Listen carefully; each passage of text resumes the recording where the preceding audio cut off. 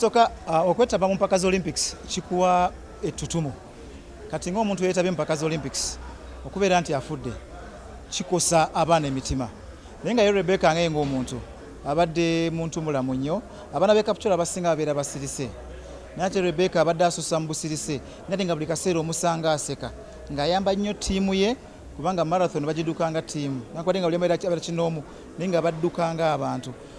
Matiimu wakijalateeka mu ttiimu eyo n'ekisa ky'abadde alina mu nkambi kikulaga nti nno abantu bagenda kumufiirwa nnyo. Senyo ayamba nnyo ttiimu ya marathon yali abantu basatu, ye Marcelin Chelangat ne Stella Chesanga.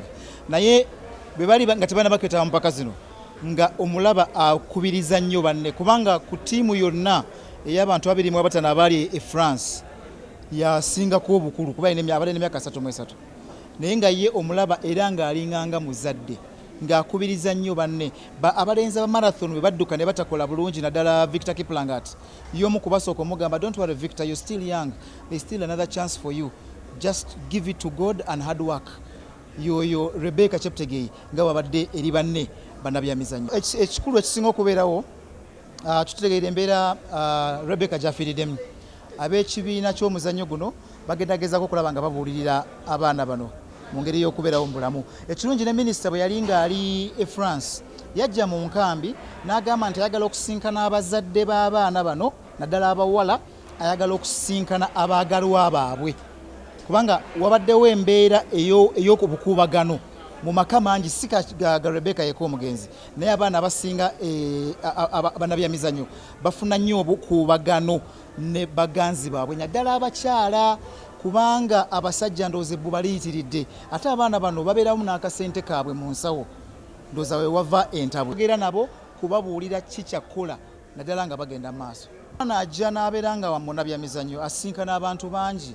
Kati bwe banga nze mwami wa Cheptegei ne mulaba nga ava kudduka omwami najja n'amunywegera nti kulikayo oluusi kimpisa bubi ebintu ebyo ng'abasajja tulina obyewala. Mukyala wo bw'aba agenze mu mbeera eyo aba afuuse star, ajja kusanga abamumanyi n'abatamumanyi bamutwale nga abamumanyi. Olina okubanga okigumira naye nekyala ng'abantu tudde eri Parliament, right?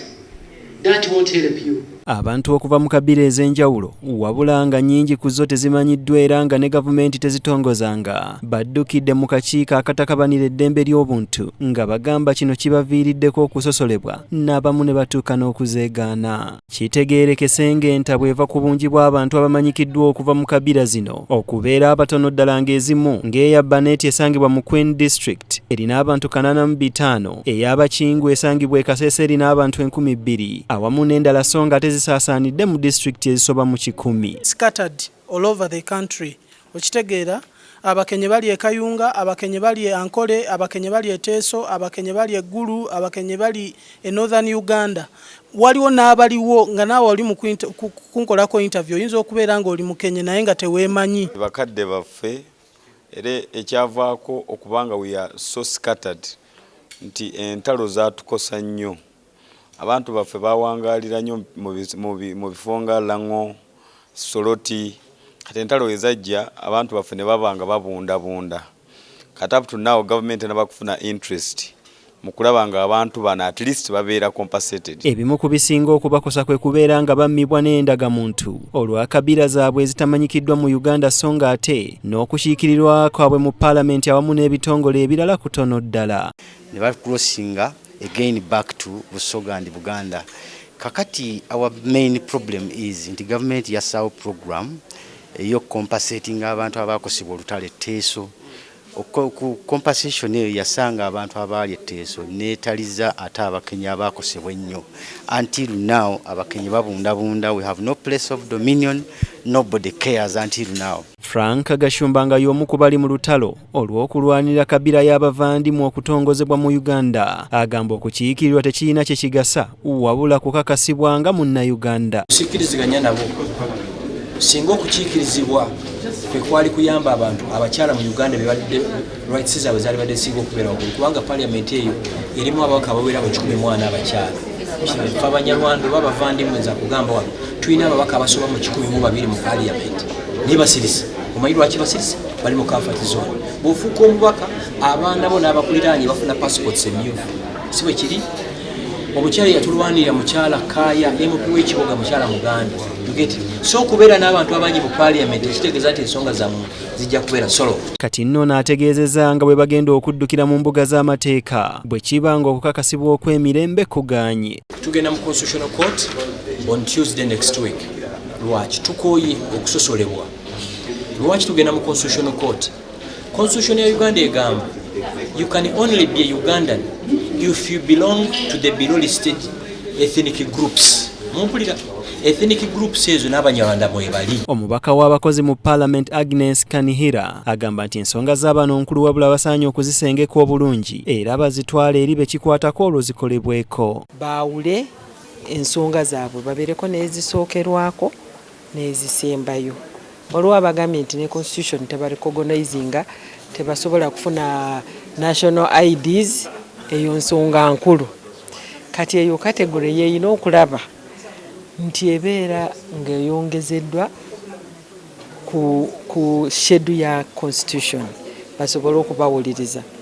Ate waliwo abagamba nti kalicha zaabwe nazo zibulidde omwo. Bw'omala okubeera recognize kyangu nnyo kalicha yo naye okubanga etunulwamu. Honorable Safia Nalulejuko nga yakulira akakiiko kano ategeezezza nga bwe bagenda okukwatagana n'abali mu kitongole ekikwatibwako ebisoomooza bano babiyitemu okulaba nga bikolebwako. Tugenda kwongera okwekenneenya kwegamba kati singa omuntu tafuna national identity card tugenda kukwatagana n'enyiira. Twabawandikira dda abantu baba tebasobola kubeera nga baganyula mu nkulaakulana. Tugenda kukwatagana ne Ministry ya Gender, ne Ministry ya Finance, ne Parliament ya Uganda.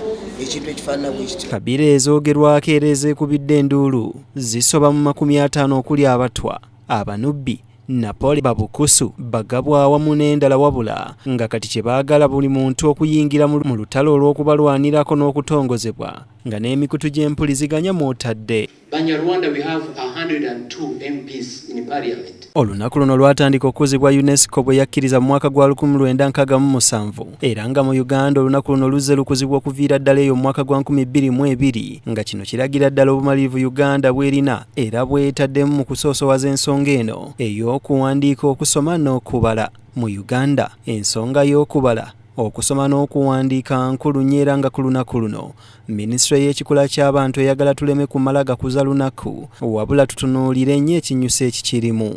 Wadde waliwo bingi ebituukiddwako tetuyinza kukuba gudi kubanga agambye nti figures zaffe ziraga nti at least abantu 76 ku buli 100 bamanyi okusoma, okubala n'okuwandiika. Naye n'agamba nti n'omuwendo ogw'abantu 24 ku buli 100 ogusigalidde nga be abatamanyi kubala, kusoma na kuwandiika, nti omuwendo ogwo munene nnyo era gusaanya okutunuulira nkaliriza. Joshua Kyalimpanga yesekama wa Minisitule y'abakozi n'ekikula ky'abantu yayogedde ebigambo bya Minisita Helen Grace Asamo owaabaliko obulemu mu Minisitule y'ekikula ky'abantu bw'ategeezezza nti ebitundu 24 ku buli 100 nga kyenkana bwe bukadde bw'Abannayuganda 10 tebamanyi kusoma, kuwandiika wadde okubala. Minisita ategeezezza nga bwe batatudde era nga waliwo enteekateeka eziteekeddwawo okudduukirira kaweefube ono. Program zaayogeddeko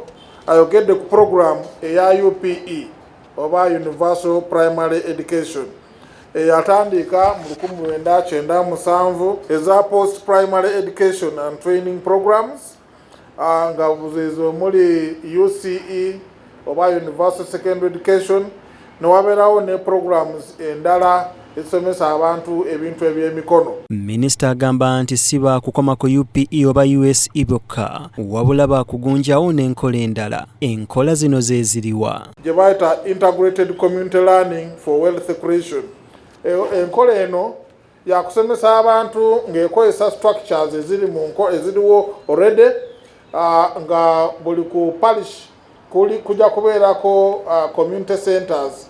Abantu bajja kubanga basoma okubala n'okuwandiika n'engeri y'okukola business mu nkola eno ya Ecoleo era ng'enkola eno ejja kubanga eyongera okubukaanya enkola eya parish development model. Omulimu guno okusinziira ku minisitule eno tegubadde gwa gavumenti yokka nti oba yeetengeredde nedda, wabula ebadde eyambibwako ebitongole eby'enjawulo n'ebibiina ebirala eby'obwannakyewa. Olunaku luno lujja kuzibwa wali ku yafeesi ya Ssaabaminisita Robinah Nabbanja nga wajja kubeerawo n'emisomo egy'enjawulo nga lwakuzibwa ng'ennaku z'omwezi 8 Mutunda w'omwaka guno.